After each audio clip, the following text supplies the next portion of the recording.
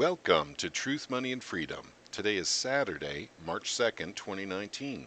Thought I'd cover a couple of stories here. Centrists see a risk in moving to the left. We haven't, basically we know the Democratic Party is socialist and leaning towards communism. Now, someone would say, well, TC, that sounds a little extreme. I don't think so. I don't think it is extreme. I think that seeing the left as socialist right now is extreme at all. I think that that's actually the way it is, and they're changing, the meanings of words all the time. I think where they're going is to pure communism. That is on the road to, basically to where we seem to be going. Um, I I would like to talk more about this on different levels, and I don't want to point fingers at individual, politicians.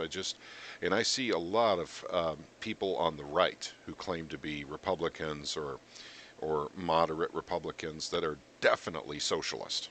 There is no doubt about it. However, they seem slightly more to the right than the Democrats are. So, Cortez is just one of them. There are others, Bernie Sanders, for instance. Do you guys remember the video I did last week? I did a video on Venezuela, and it was actually an important video. If you haven't seen it, please do watch it, because I talked about what ingredients are necessary, not just for a country, but for a society to collapse. And all it takes, literally, is a central bank and a corrupt government.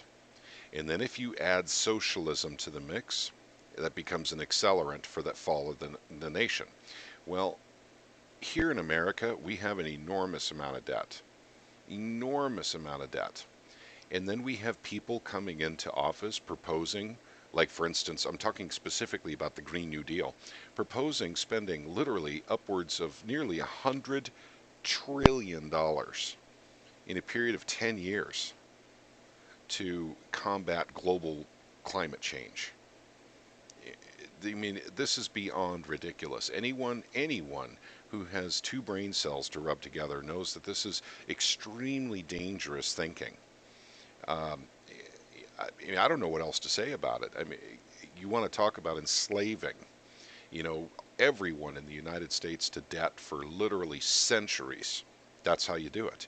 You elect socialists. People that are openly socialist are probably closer to communist. But it doesn't matter.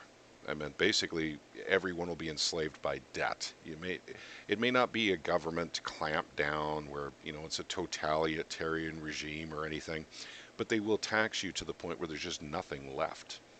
And that's what they want. They're not interested in saving the planet. That is not because they know there's nothing wrong. They're just interested in getting all your money.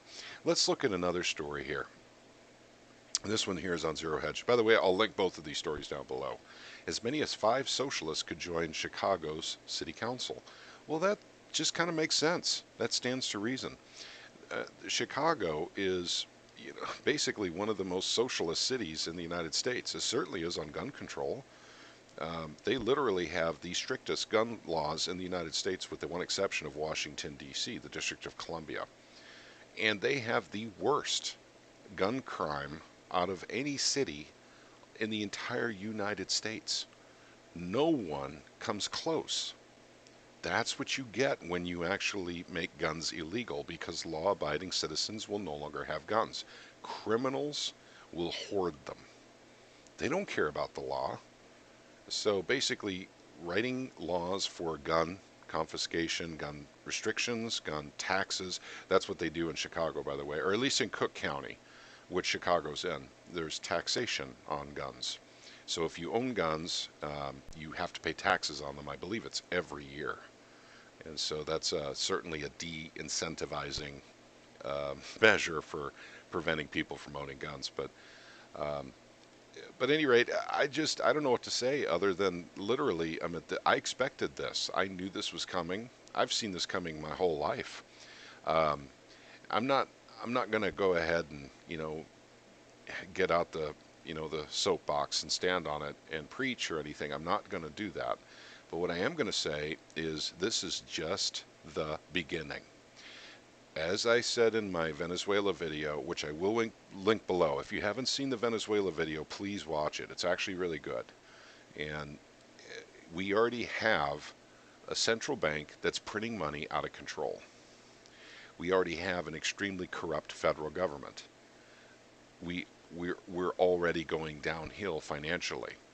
And by the way, I'll even bring in this real quick. This is just another symptom, which is the retail apocalypse. Gap, J.C. Penney's, Victoria's Secret, and Foot Locker, 465 store closure announcements in 48 hours. And the interesting one was Foot Locker. I wish I knew where that was exactly, but Foot Locker actually did well. They actually, here we go. While Foot Locker reported growth that more than doubled expectations, but they're still closing stores. Guys, don't believe the media when they're saying the economy's fine. I know they've been saying it since Obama came to office, that the economy's fine, it's fixed, it's doing well. It is not. Retail stores are closing right and left, and online sales are not as healthy as they once were. Everything's going down. It's just the retail stores are going down faster. And this is a reality. This is absolute reality. There is nothing we can do to get away from this reality, and it continues. And this has been going on since 2008 with the retail apocalypse. It has never stopped. It's just that it's quite possible the mainstream media simply doesn't want to talk about these things. But I want to talk about them. This is very important. We're seeing the downfall of American retail right before our very eyes. Who here remembers, for instance, Montgomery Wards? They're gone. They don't even exist anymore, and they were a mainstay in America. I mean, that was a big retailer. They've been around over 100 years. Sears looks like it's going completely under. Sears has been around forever. J.C. Penney's, another one of them. I mean, these are the anchor stores for our malls in America. They're going away. You know what that means, gang? That means the malls are going to start closing. If you don't have those anchor stores, you're not going to have a mall. It doesn't matter what city you live in. So what I really wanted to talk about was the fact that we're electing a lot of socialists now, openly admitting they're socialists. And this, by the way, is the beginning of a wave of people coming in that will take us down the road to communism. This is the end game. The end game is to go to communism. And I really, really, really understand the psychology of this stuff very well.